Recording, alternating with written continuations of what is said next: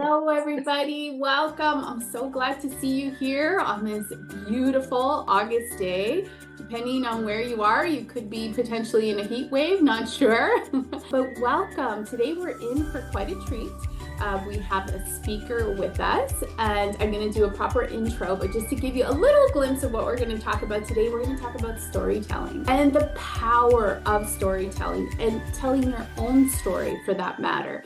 In a world where we're over inundated with facts and statistics, it's hard to absorb all of that. But when you use the power of a story, my God, do you remember it? Because oftentimes we realize we're more similar than we are different. So without further ado, let me introduce our guest speaker today. So it's Niya Bajaj. She's a best-selling author and a champion of mental health. She's an award-winning mentor, a therapist. Sorry, that's another word I have a challenge with. Is internationally certified holistic yoga therapist and narrative medicine facilitator. She delivers bespoke wellness-centered leadership learning experience based on her lived experience with eating disorders and her research on the impact of yoga therapy to improve quality of life for people living with obesity. Royal Bank of Canada, the University of Toronto. Her ideas have been featured in the Toronto Star, the New York Times, Forbes, Yoga Therapy Today, The Ethnic Isle, and the book, Are We Friends or Co-Workers? That's a great question, actually. I've always asked myself that many times. Can you be both? Outside of her corporate well-being work, she supports women through challenges with body image, burnout, boundaries, and big life shifts. Does anybody know what I'm talking about? Menopause! I think through, maybe on the other side, probably got a little bit more to go in her private practice of holistic yoga therapy. Thank you so much for being here. Such a joy to be here with all of you. I'm so excited for our conversation today. Me too. Nothing excites me more than a better story. Even if I've met somebody 100 times, hard time remembering their names.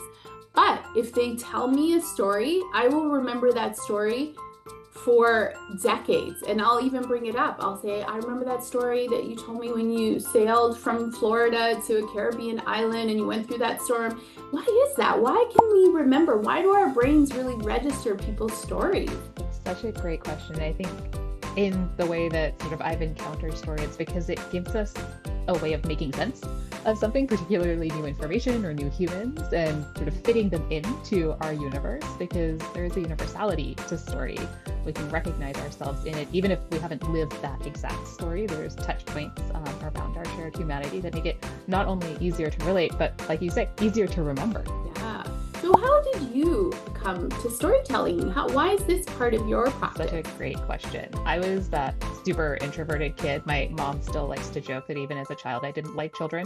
So I spent most of my time either walking around with a giant book of whatever it was I was reading, or making up stories if I didn't have access to a book.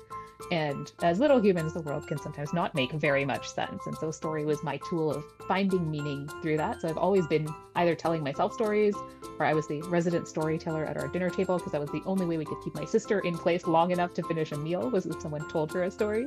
Aww. And that has continued. I used it all through university to make sense of that very complicated experience of not having all of the structures of family and teachers in high school who are on top of you to make sure you're doing all the things you're supposed to do. So it got me through that transition. And most of my career has been in corporate communication. So I tell stories for organizations and did that for a long, long time. But when I was working through my own healing practice, I found that yoga is my primary tool, which is very body-based, very great at regulating the nervous system. But I was like, how do I make sense of everything that's happened to me so that I still remain centered in it as opposed to a victim of circumstance? And so it has been a really powerful tool for reclaiming some agency around my experience. And how does storytelling fit into your work? It fits in a really, really beautiful way, because yoga as a practice is designed to meet you where you are in whatever moment you happen to be in. But sometimes being present in that moment requires us to make sense of what has come before. And there might not be an obvious beginning to an experience. And sometimes the end is really hard to see. And so a lot of my work with my students, particularly because sometimes they don't feel heard by their physicians or their other care providers, they say when I walk into those offices, they see me as a collection of statistics or a bunch of symptoms, and they don't see me as a whole person. And so some of our work sometimes is how do you find yourself in that collection of experiences? How do you make meaning out of what sometimes feels really random? And sort of find that through line so that you can not only articulate that to your care providers, which is what the practice of narrative medicine is, but also can reclaim some agency in spaces where you might not feel like you have a lot of it. Yeah, I love that. Just claiming your story, your circumstances. So what impacts have you seen for yourself and for your students when they have that courage to tell the story?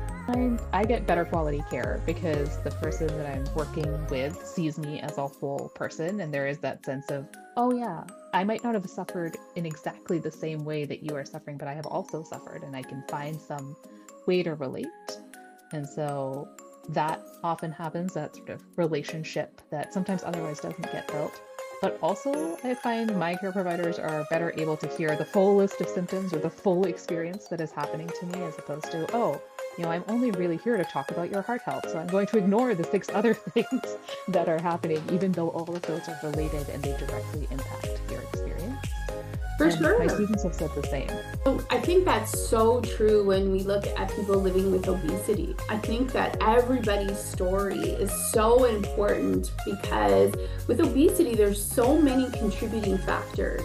And so to just look at somebody and try and figure out what's going on from lab work, from BMI, from weight, it's not the full picture. We have to understand this whole person's story, because sometimes the contributing factors could be childhood trauma. Sometimes it's chronic stress that they're experiencing. Maybe they're in a toxic work environment. And to silo into that one problem doesn't serve the patient. So I totally get where you're coming from.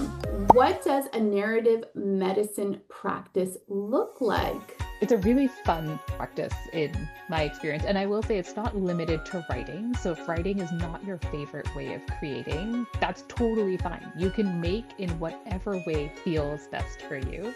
And I lead this practice in a range of communities. One of my students, when I offered a prompt, made a bunch of memes. I was like, that's fantastic. I'm not creative enough to make memes on the fly, but came up with 6 of them. The way the practice classically works, it is a group practice, so it's something we do in community. It's very rarely something that you would do by yourself. And the invitation is to first begin with a little bit of mindful grounding so that you can be present in your body. And that's important because the next stage of the practice is to experience a story. And that could be a chunk of a memoir, it could be a song, it could be a piece of film that's related to whatever the shared experience of the group is. So if I'm working with parents who are caregiving for young people who are grappling with complex medical conditions, the story is about a parent who's supporting a young person. So there is some shared experience there. And the invitation after you receive that story collectively is to reflect on it and to share, does that resonate for you? Does it surprise you? Is it aligned with your experience? What does it feel like to receive that, which is where that sort of mindful grounding on the front end helps you connect with what did I feel when I heard that story? Mm-hmm. And then from there, I offer some guidelines that come from my teachers. And the invitation is to make something in response to. And so to find a way in perhaps to your own story from a jumping off point, which can feel a little bit safer than just starting cold. If you've never told the story before, sometimes it's hard to know where to begin. And so it offers you a little bit of an entryway. It might also give you language that you didn't have. And I've found that sometimes, depending on what I'm telling a story about, because if I don't have words, I don't know how to articulate this, or I don't have the right colors to put into a drawing. And so we do some making together. And then there is an invitation to share what it was like to make, or what you made, if you feel like you want it to be held by an audience that understands your experience because they've had something similar. And you only receive affirmative feedback. So there's no critique of like, move this sentence so it sounds better, or change this image. It's only affirmative. So when you shared that, this is what I heard, or this is what I felt, or this is how it aligns, or that was really beautifully articulated. And so your story is held in a container by people who not only understand but appreciate it. Can you tell us a little bit about the power of storytelling in community? So, when you have the courage to talk about a story in a community, in a beautiful, safe community. Yeah, it makes such a difference. And there have been lots of conversations about, especially post-pandemic, the next big issue is the loneliness epidemic that has arisen, but I would venture existed for a while before that. And one of the beautiful things about this practice is the community container that holds your story. These are often folks with similar lived experience, whether it's parents who are caregiving for little humans, or whatever it happens to be. They understand at least some of your experience, if not the entirety of it. And so your story is heard by folks who can relate. And we saw a little bit of this happen in the chat just now. That sense of, oh yes, I hear you, I see you, your experience is very valid, and it means a lot. When we do this together, it also, I've heard students say, I didn't have language to express what I was experiencing. And now I do, because someone gave me some words from their own experience, and I can take that into other places. And so we offer each other this gift of finding some space, finding some words, finding some expression. And it reminds us, I think, that we're not alone in this, even though often it can feel like that. It can feel very, very isolating. No one else is having this experience. Which, in both yoga and Buddhism and many Eastern traditions, there is the notion that suffering comes from the misunderstanding that we are alone in our experience.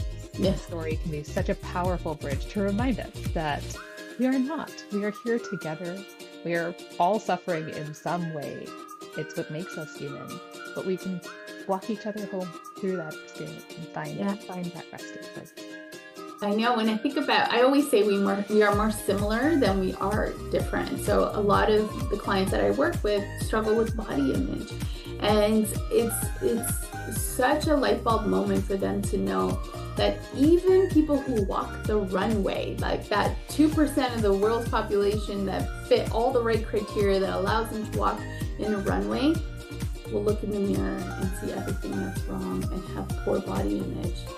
So what's going on, right? It's us. It's the eyes that are looking through, and what we choose to see and what we choose to focus on. Thank you so much. Thank you for the wonderful storytelling lesson. Thank you again. Bye, everyone.